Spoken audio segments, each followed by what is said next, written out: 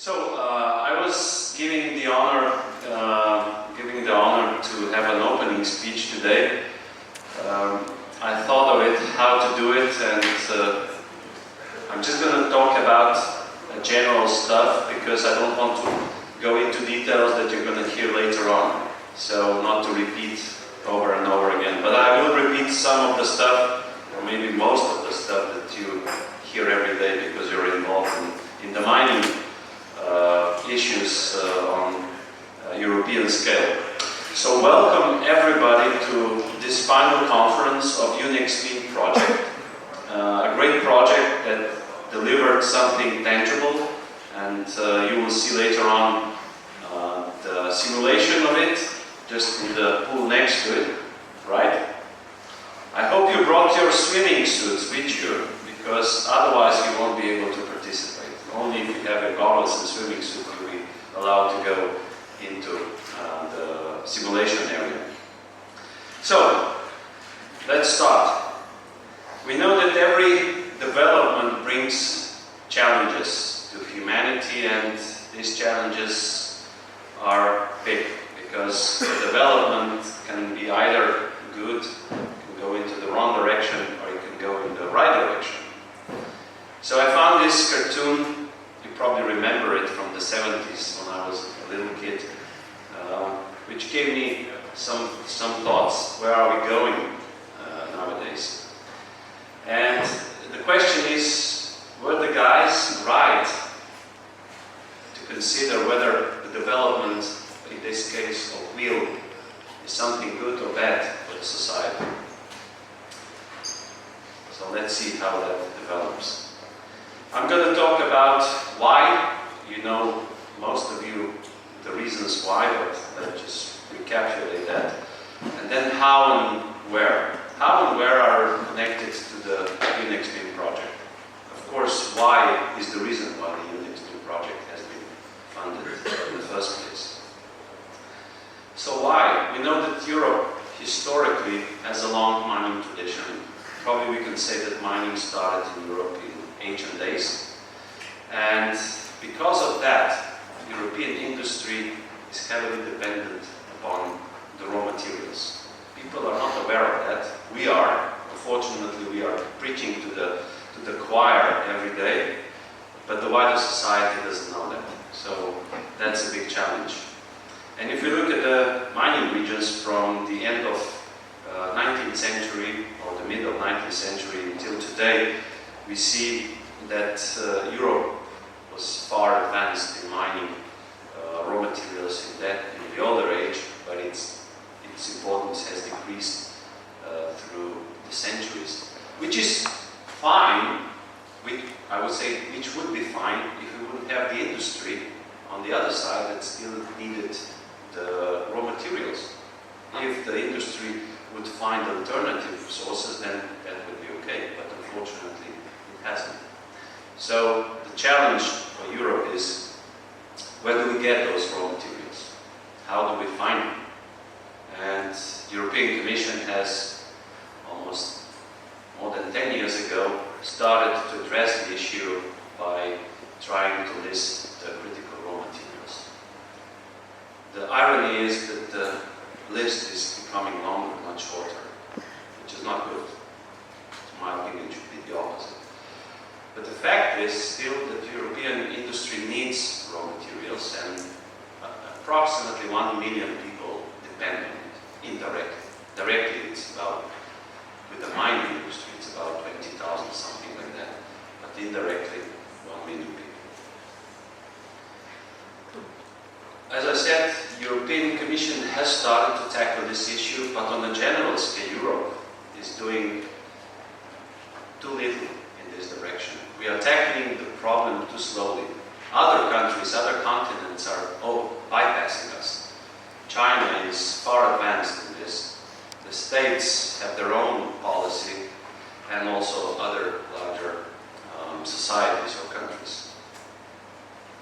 And we can see, if we look at the sources of the critical raw materials, that only a small portion is mined in Europe. Most of it, it's outside. And in some cases, we are 100% dependent upon those imported raw materials. So the challenge is huge. And if you look at the report, it's a little bit old, but it gives you an idea of the criticality of the raw materials from 2014. We see the areas in green that are sources of raw materials around the world. And if you look at the percentage or the portion Europe is extracting those raw materials in an aerial display, we see that the major portion comes from China, and Europe has really a small part in it, and that's a biggest challenge. So how do we deal with it? As I said, we are adding a list of critical raw materials every day, because either we are developing new technologies that have demand for new critical raw materials, or we are just not addressing the issue in a proper way. Anyhow, the list is getting longer. And one of the approaches could be to start opening the mining areas, the mineralizations that were used in the past, but due to economic reasons were abandoned. Nowadays, they might be economically feasible.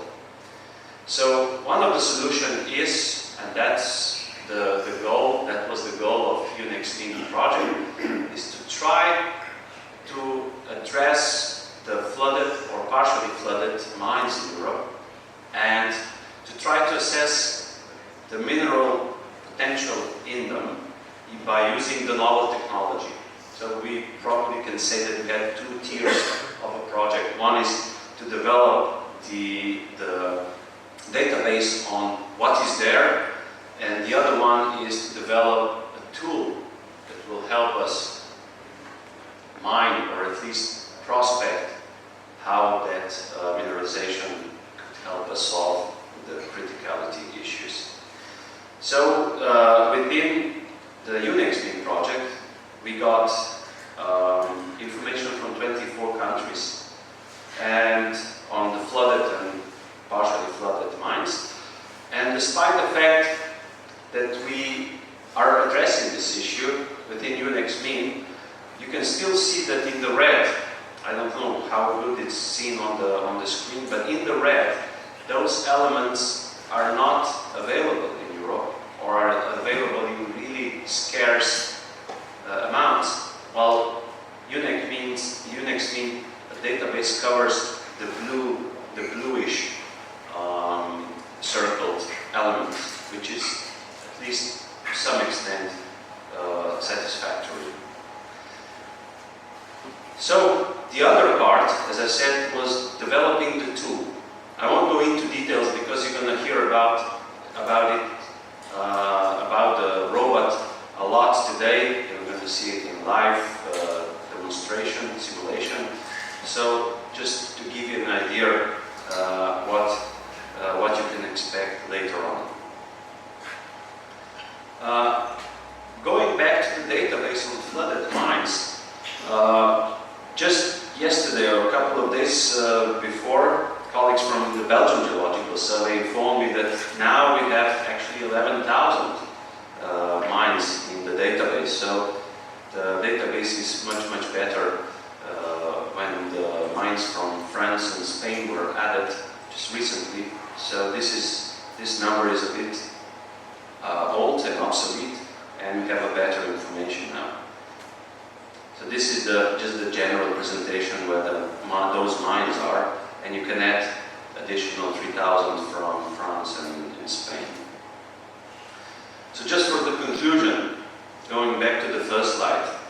So were the Pink Panther and his friend right to start hitting the wheel? Should we do the same today and start abandoning the development and new novel technology?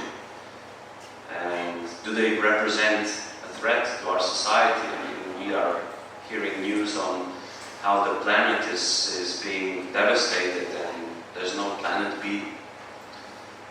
So I would say they were right if we stick to the brown economy, the traditional one, and they were wrong if you go towards the green economy. But the green economy, again, needs raw materials.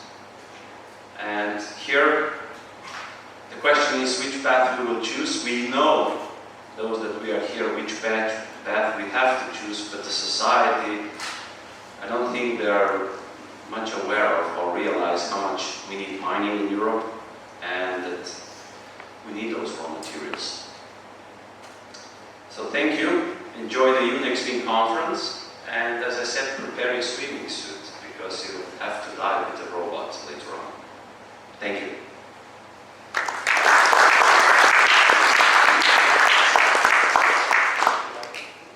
So I was asked to introduce the morning speakers. First, I'm going to go through all of them because I have them here.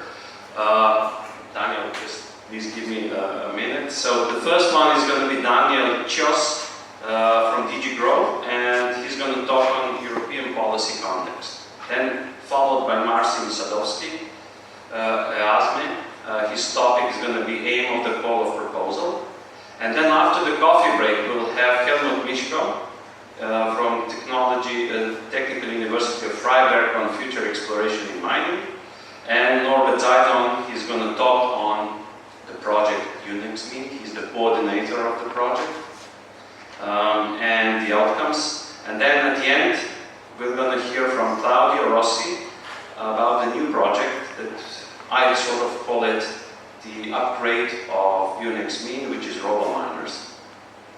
So please, Daniel, the floor is yours.